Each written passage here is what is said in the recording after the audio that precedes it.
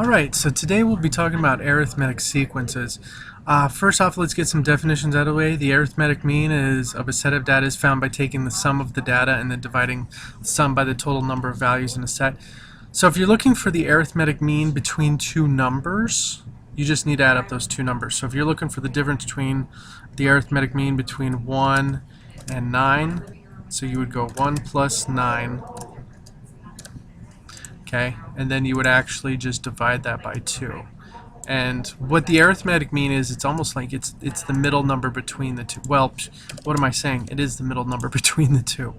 Okay, so we'll be just dealing with just two numbers.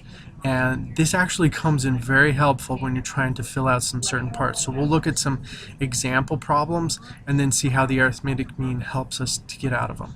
Okay, now an arithmetic sequence is just a list of numbers with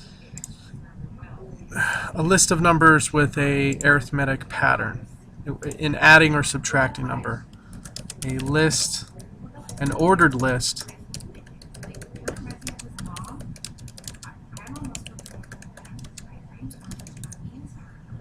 with arithmetic patterns. Okay? Alright, so it's just straight up just a list. Now, in the arithmetic list, you should be always able to find what is called a common difference. Okay, now common difference is usually denoted by the letter D, and it's the second minus the first number, or the third minus the second, in whatever weird way you spell third, like myself. Let's change that real fast, so that future generations don't think I'm an actual idiot, but just kind of an idiot. Okay. Alright, or the fourth minus the third. Whatever it is, you take the successive and you minus the previous. Okay. Now, here's an actual formula for finding the nth term. Okay, now the nth term is the first term plus, I'm not going to diverge how this actually came about. We're just going to go ahead and accept it. Like the last video in mathematical patterns, we talked about how to actually derive these explicit formulas. This one, not so much. Okay, so you take the first term, you add n plus 1, n minus 1, okay, and n is the number of terms.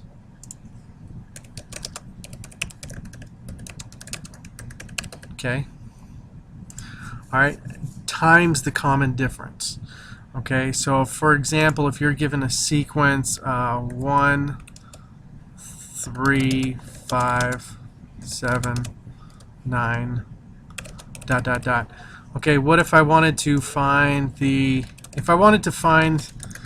third term? I would seriously like say, oh, just look at the third term. So if you remember, whenever you see a list of numbers that is a sequence 1, 2, 3, 4, 5, always write that above. It's good practice. And as you can see, the third term is 5, so that one's easy. So the third term's really easy when you're dealing with the low numbers because you can easily calculate it. Okay, but if I had to find the 25th term, okay, that one's a little bit harder. You would have to do this again about 20 more times to get the 25th term. So I'm just going to use this formula. So to find the 25th term, okay, and you can denote it by a sub 25, okay, that is equal to the first term in the sequence, which is 1, plus the number of terms, which is 25, minus 1, and then we're going to times it by the common difference. Now to find the common difference, I just take any number and then subtract the one before it. So the common difference would be 5 minus 3, or you could say the common difference could be 3 minus 1, or you could say the common difference is equal to 7 minus 5. Either way, you're going to get the common difference of 2. Okay, so that's where this 2 comes into play. Alright, so a sub 25, it's a lot easier to write this by pencil than by computer. So it's going to be 24, that turns into 24 times 2, so this becomes 1 plus 48, okay, which equals 49. And you can actually check that by repeating the pattern and being able to follow it that way. Okay, on the next page we'll talk about several different types of ways to do these problems. Okay, so the first one we'll take a look at is find the common difference for this arithmetic sequence. Okay, so something pretty simple. Could be 9 minus 5, or you could do 13 minus 9, or you could do 17 minus 13, or so on and so on. You could figure that out. Okay, and these three little dots are ellipses, but pretty simple. It's just going to be positive 4. Now it is going to be positive 4 because we are adding 4 each time. So now if it turned out that when I subtracted I got negative, that would just mean the common difference is negative.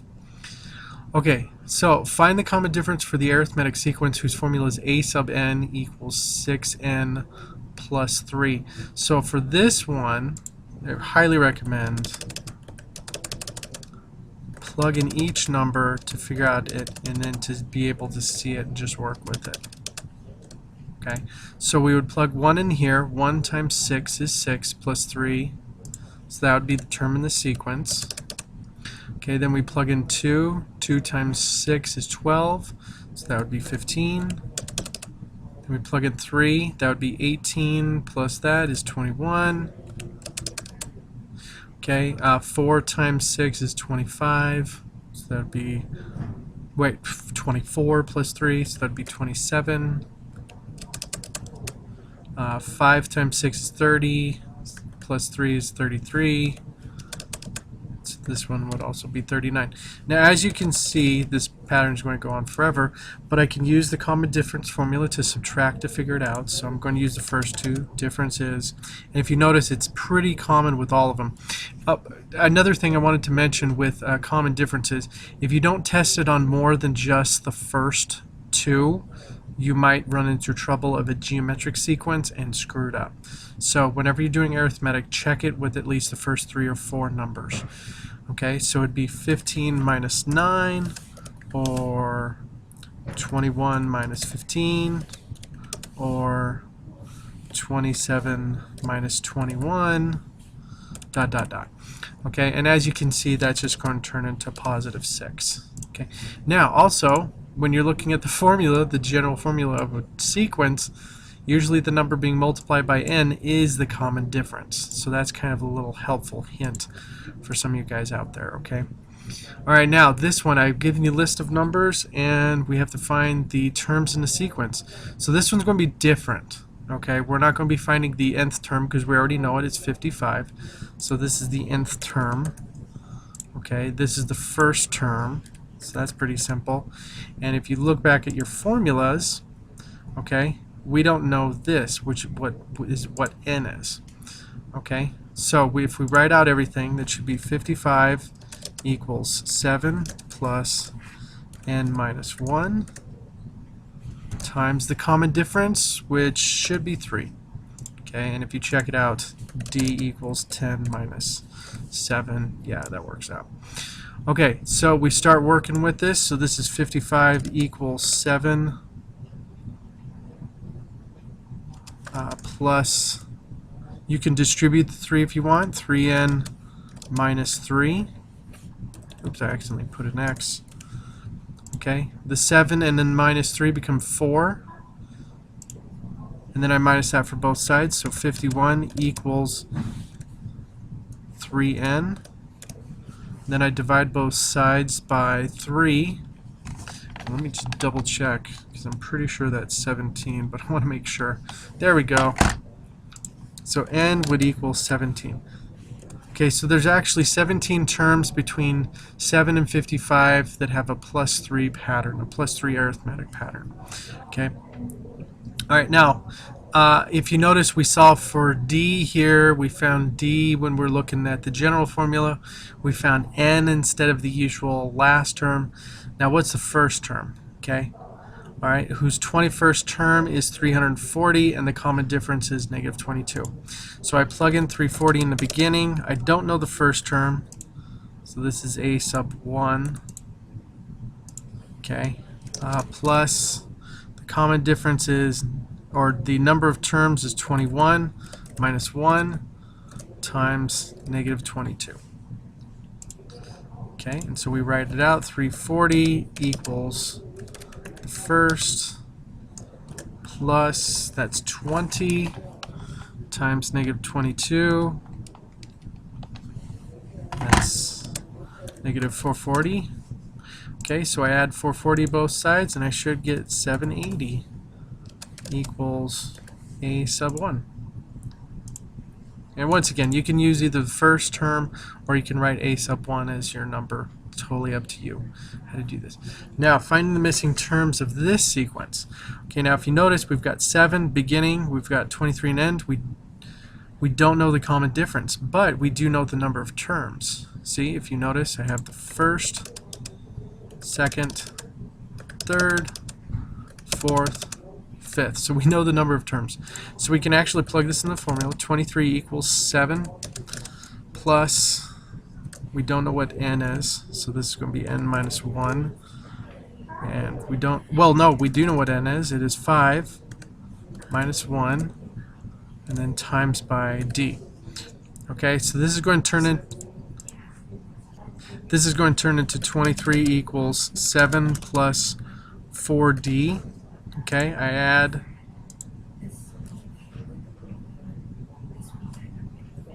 let me see, I subtract 7, so I get 16 equals 4d, and then d is going to be 4. Okay, so I found the common difference, so I can add those in here and just work across. So 11, okay, 15, 19. There we go. Okay, now if you notice, I talked about the arithmetic mean being by taking the sum of the data, which two numbers we're doing, and then dividing by the 2. Okay. All right, so for this one, I could have actually found the arithmetic mean between 7 and 23.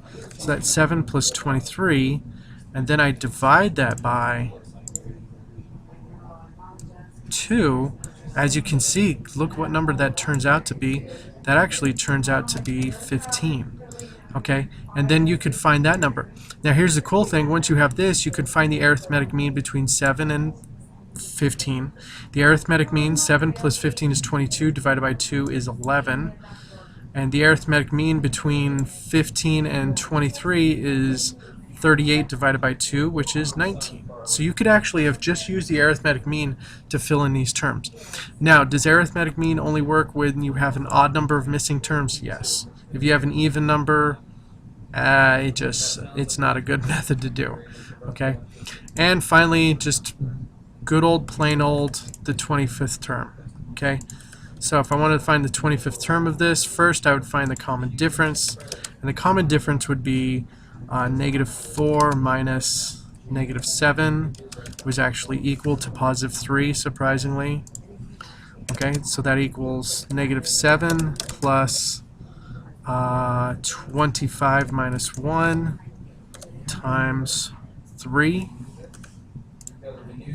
Okay. So the 25th term is going to be negative 7. That's going to be 24 times 3. So that's plus 72, which is actually going to turn into 65. So 65 is going to be the 25th term of this sequence. Okay, that's it for arithmetic sequences. I will talk to you guys later. Have a great day. Bye.